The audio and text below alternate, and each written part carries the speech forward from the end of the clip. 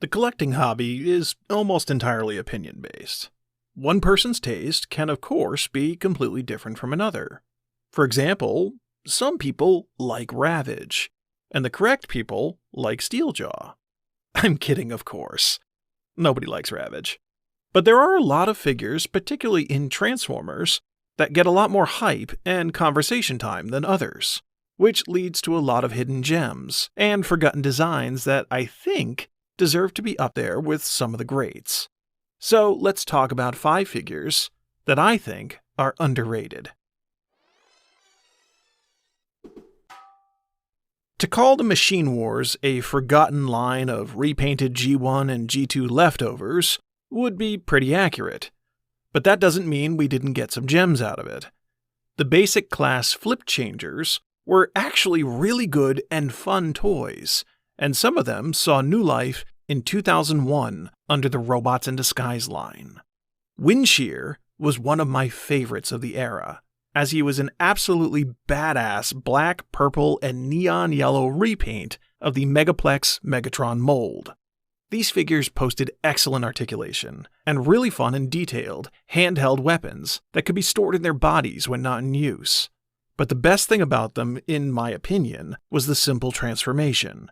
You just arranged the limbs and folded them up.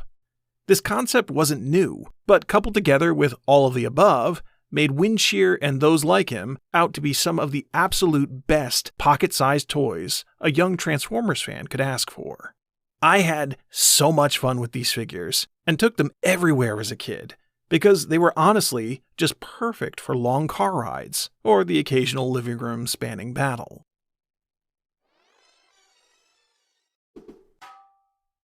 The original Duocon toys are a bit lame, so it felt crazy to see the concept make its comeback in the Power of the Primes toy line.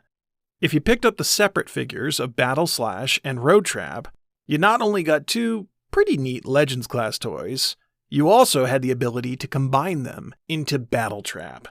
This enhanced and stylized update to the clunky original is an excellent deluxe scale combiner that I feel doesn't get enough credit for being as good as it is. Battle Trap is nicely posable and super sleek. The colors are great, and he's really fun to mess with. I love that he still fits in with the post-Prime Wars figures that have taken over my shelves, and while his stylized look isn't exactly matching with the more blocky design of fellow Duocon Siege Skytread, it still works for me having the 2 together on the shelf.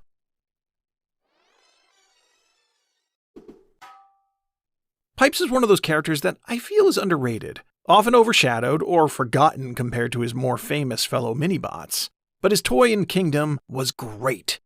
Arguably an improvement over Huffer, which he was appropriately a partial off of.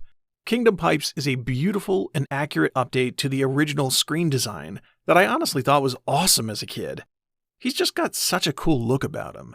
The way the back of the truck cab umbrella's over his head, with the sleek white paint and standout Autobot logo on the end. The figure itself has got decent articulation, posing in all the ways I want, and the only real issue is that the arms don't always stay locked in. His transformation is intricate, but fun. Not quite as smooth as, say, Legacy Gears, but I do love the way the wheels unfold and the truck cab swivels around. He's got a tactile feel that's really satisfying. Just an overall fun figure, and a great addition to your Minibot collection. Hello! It has been brought to my attention that it is not appropriate to threaten you sweaty, disgusting flesh bags into supporting the channel. Scourge, you can't insult them either. Well, what am I supposed to do then? Just ask them nicely for their support. It's not hard. Ugh, fine. Hello, humans. If you like this content, please support it.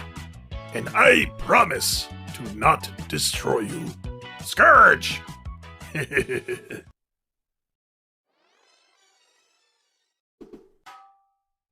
I honestly don't know why some people don't like this design for Windblade or Slipstream. I think it's a great mold. It's not perfect, but both versions capture the respective looks and color schemes of these characters really well. The small changes between them make each stand out as individuals, and honestly, I can't decide which one I like more. Slipstream maybe ekes out the win for my affection, because I like the color scheme better on her, but Windblade's Stormfall sword is pretty badass, honestly. The transformations are slick, and I love the jet modes on both of these figures. Overall, I think this design is a wonderful adaptation of Windblade's Cyberverse look, which is the design I like most for her, honestly. And it works great as Slipstream, too. Some might argue that to call the Cyberjets underrated would be to mislabel them. They are usually universally agreed upon to be great toys.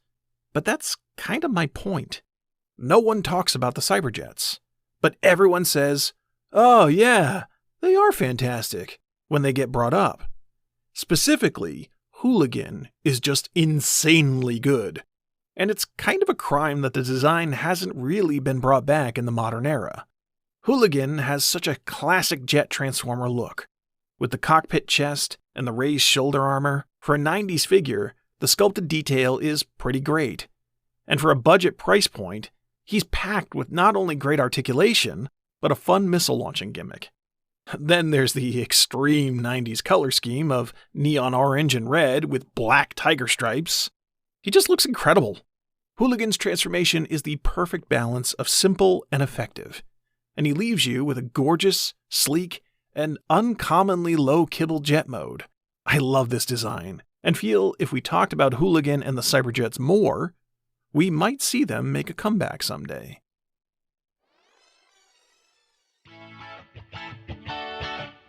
Well, there you have 5 figures I feel are underrated. Who's a figure that you think deserves to be talked about more? Let me know in the comments below. But in the meantime, thanks for watching, thanks for liking, remember to subscribe, and try to stay happy.